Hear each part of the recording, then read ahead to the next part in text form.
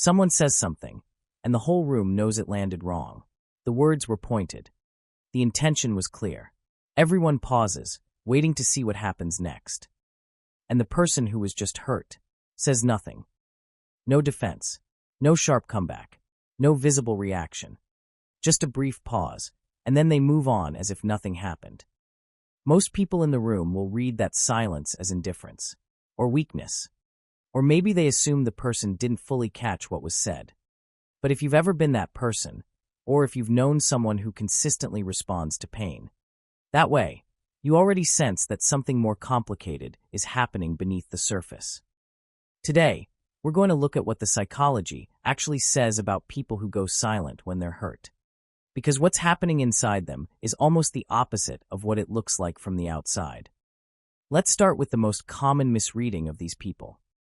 When someone stays quiet after being hurt, the assumption is usually that they didn't feel it that deeply, that they're detached, that they simply don't care enough to respond. It's an easy conclusion to reach, especially in a culture that tends to equate emotional intensity with visible reaction. If you feel it, you show it.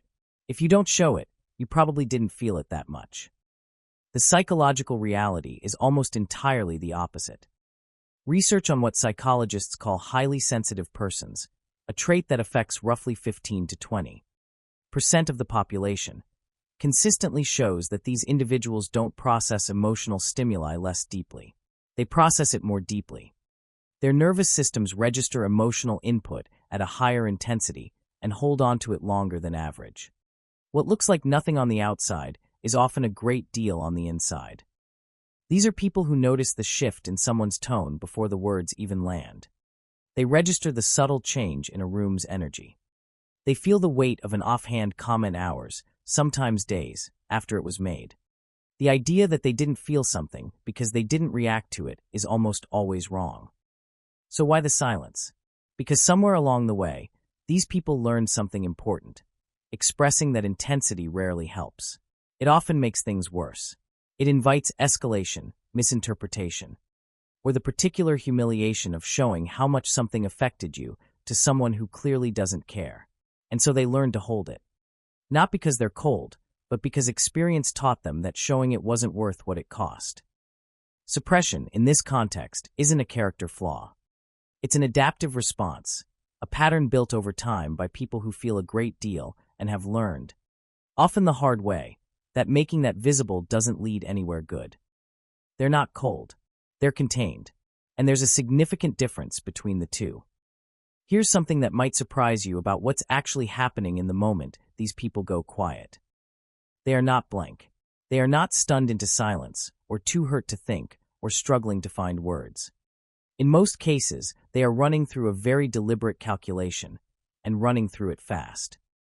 Psychologists call this capacity meta-awareness, the ability to observe your own emotional state from a kind of internal distance, even while you're actively experiencing it. Most people, when hurt, get swept up in the immediate feeling. They react from inside the wave.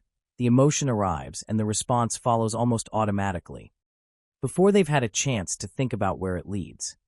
People with high meta-awareness experience something different. They can feel the hurt and simultaneously watch themselves feeling it. They're in it and outside it at the same time. And from that vantage point, they're running a very quick assessment.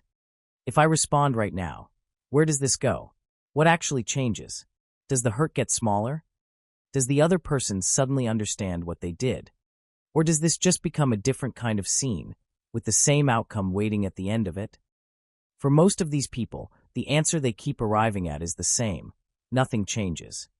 The person who said the hurtful thing isn't going to suddenly grasp the full impact of their words. The argument that follows isn't going to resolve the underlying issue. It's going to create a new one. And the reaction itself would cost them something real: their composure, their sense of dignity, their energy, while returning very little in exchange. What looks like passivity from the outside is often a highly active internal process. They are not failing to respond. They are choosing not to, after running the numbers and deciding the cost isn't worth it. This is an important distinction that gets overlooked almost every time. There is a fundamental difference between someone who goes silent because they don't know how to respond, and someone who goes silent because they've already worked out exactly what would happen if they did, and concluded it wasn't worth their time. The first is confusion. The second is clarity. And from the outside, they can look identical. Now let's talk about what that silence actually is, at its deepest level.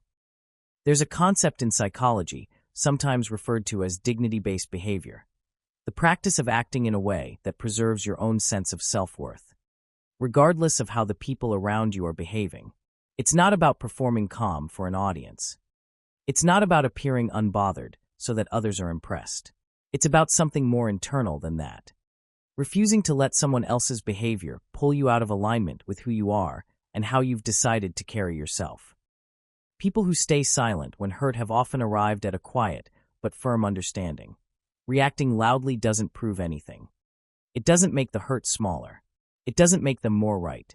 It doesn't make the other person more aware. All it does is hand over a piece of their composure to someone who just demonstrated they aren't particularly careful with it. Think about the psychology of people who react most intensely when hurt. The ones who escalate immediately, who need the last word, who can't let something go until the other person has acknowledged what they did. More often than not, that intensity is driven by a deep need for external validation. They need the other person to admit it. They need witnesses to confirm that something wrong happened. They need the record to clearly show that they were right and the other person was wrong. People who stay silent don't need any of that. Not because they feel nothing. We've already established they feel quite a lot. But because their sense of self doesn't depend on what the other person does next. They don't need the person who hurt them to acknowledge it. They already know what happened. They were there. That knowledge belongs to them and doesn't require anyone else's signature on it. This is something that tends to come with age and accumulated experience. Many people in their 40s, 50s, and beyond have spent years doing the other thing, defending themselves, explaining their position, arguing their case, trying to make people understand. And most of them eventually arrived at the same quiet conclusion. It rarely worked the way they hoped. The silence they practice now isn't resignation or defeat. It's a lesson they paid for over a long time and finally learned. Self-respect, at a certain level, doesn't need an audience to be real. So let's put together a clear picture of who these people actually are. They are not indifferent. They are not emotionally stunted or avoidant. They are not suppressing their feelings because they lack the tools to handle them. In most cases, they are doing the opposite. They are handling their emotions with more precision and self-awareness than the people around them ever give them credit for. They feel deeply, they see clearly, and they choose deliberately. In a culture that consistently rewards the loudest reaction, that mistakes noise for strength and stillness for weakness, people like this are genuinely rare. And they are often the most misunderstood people in any room, judged by a standard that was never designed to account for what they're actually doing. There's one thing worth sitting with as we close.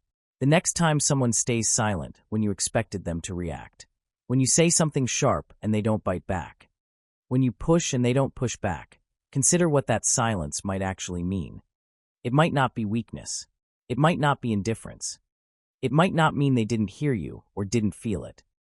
It might be the most honest and considered thing in the room. If this resonated with you, or if it made you think of someone in your life, I'd appreciate you sharing it with them. And if there's a type of person or a pattern of behavior you've always wanted to understand better, leave it in the comments. That's usually where the next video starts. Thanks for watching. I'll see you in the next video.